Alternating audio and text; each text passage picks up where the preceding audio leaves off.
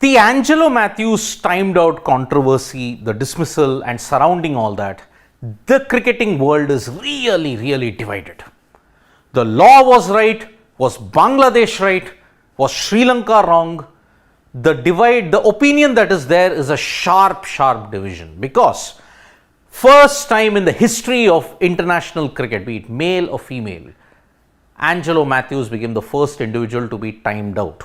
Now, as I had mentioned in the previous circumstances, Mathews had come to the crease after the fall of Sadira Samara Vikrama's wicket at about 1 minute 30 seconds. There was still a lot of time. When he was adjusting the helmet strap, at that time it broke. That time there were 5 seconds left. Now, the grey area around Angelo Mathews, whether he was rightly given timed out or not, boils down to the fact that whether was he ready to face the ball. That is the main grey area upon which everybody is debating upon it. Now, the nature of the dismissal is such that opinion is divided very sharply. At this point, you may argue that about 60%, if you ask a broader sample size, 60% are against what has happened, and I said that Shakib Al Hasan and Bangladesh are in the wrong because of the spirit of the game situation. Let us go by starting with Angelo Mathews himself. He has uploaded the footage. He has video proof, by the way. I rest my case. Here you go. You decide.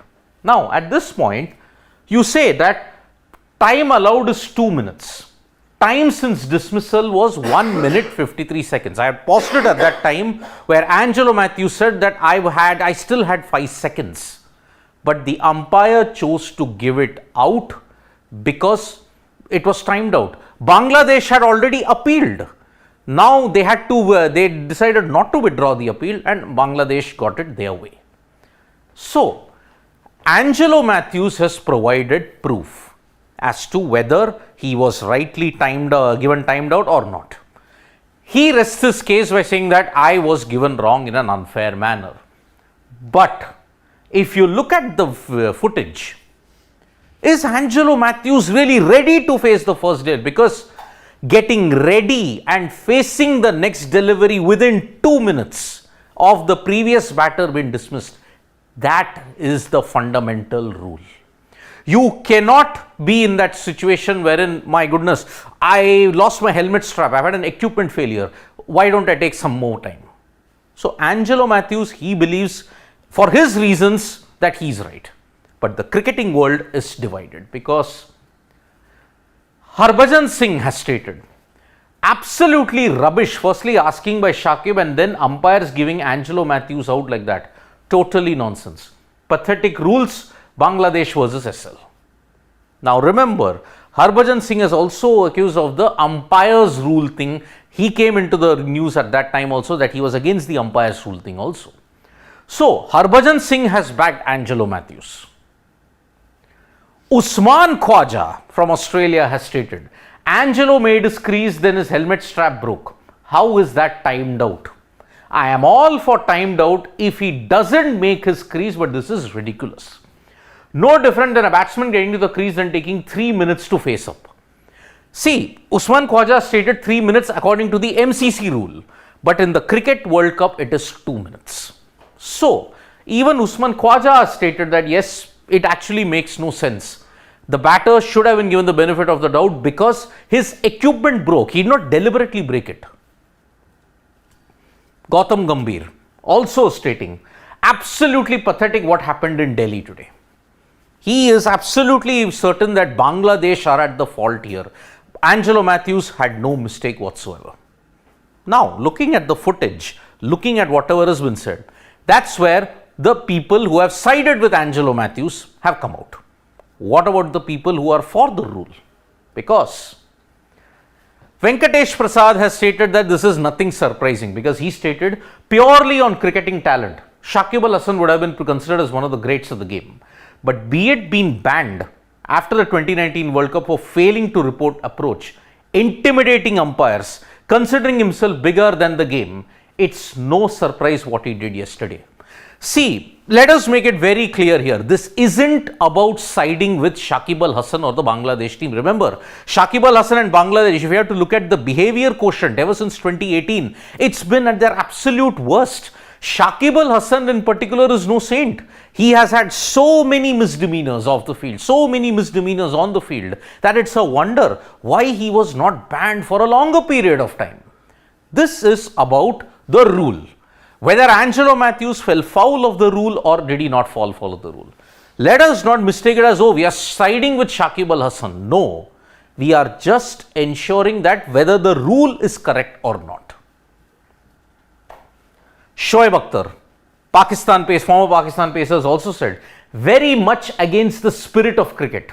I know it's in the rule book, but since no one has ever appealed before, Shakib could have avoided this too. Pakistan, and as usual, the old lame argument about the spirit of the cricket. Where is the spirit of cricket involved in this? Why do rules always have to be bound hostage to the spirit of the game? There is nothing called as the spirit of the game. If you're not following the rule, that is the ultimate that you're saying. You're going against the spirit of cricket if you don't follow the rules.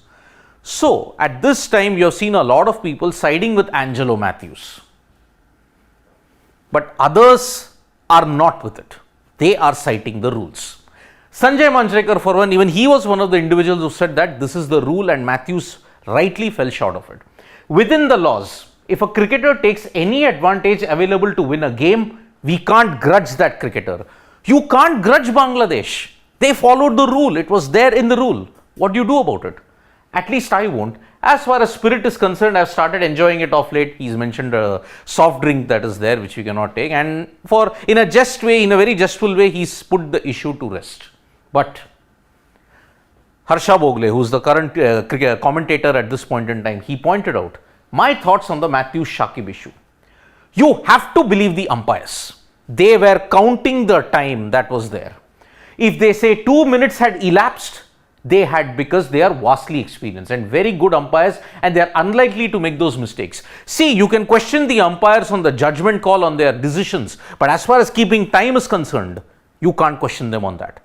When Pakistan versus New Zealand, they took 4 hours to finish their overs. At that time, the umpires reported it. The ICC rightly penalized Pakistan.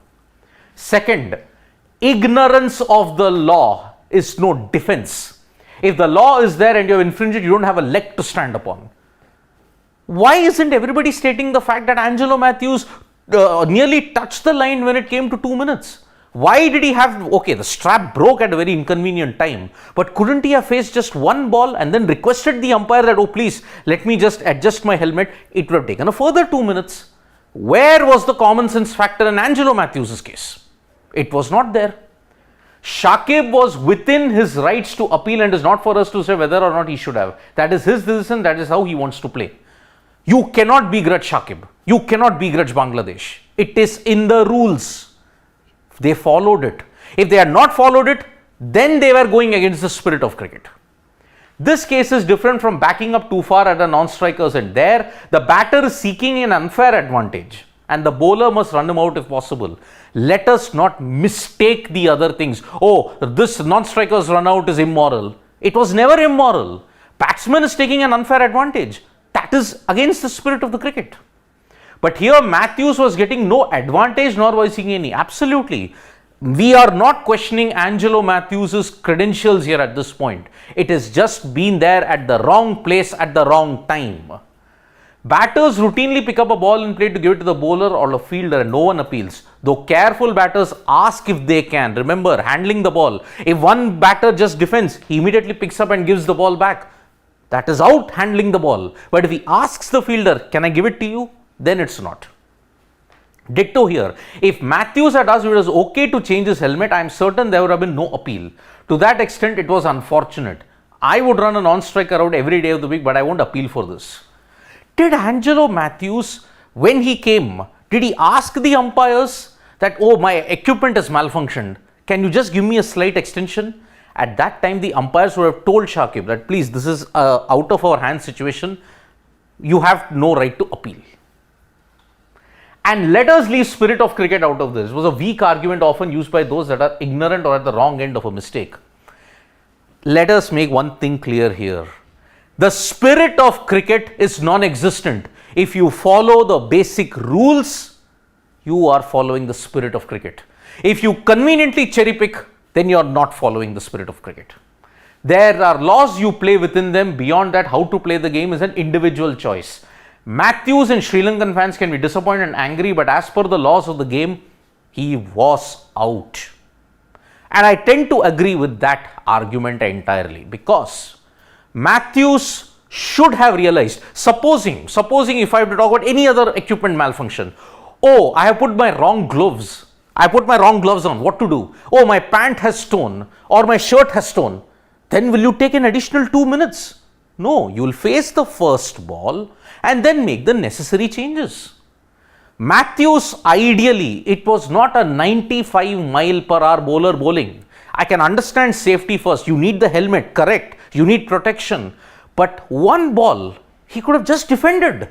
He could have just played it out. Where did the common sense go at that time? Unfortunate, yes, his strap broke. Unfortunate. Unfortunate that it was so touch and go. Yes, but when that situation happens, even veterans can make mistakes, and that's why Angelo Mathews did make that mistake. He can only be angry. He can be considered very unlucky, but move on. That is the spirit of cricket. He got his revenge, didn't he? He got Shakib's wicket, pointed to the timed out thing. Didn't he get his revenge? But post-match, whatever has happened, calling the Bangladesh team's behavior disgraceful, stooping to that level, is not done in anybody's favor. And not shaking hands. Remember, England, New Zealand, when Grant Elliott tumbled with Ryan's side bottom, England chose not to withdraw the appeal. Even New Zealand's behavior in 2008 was disgraceful.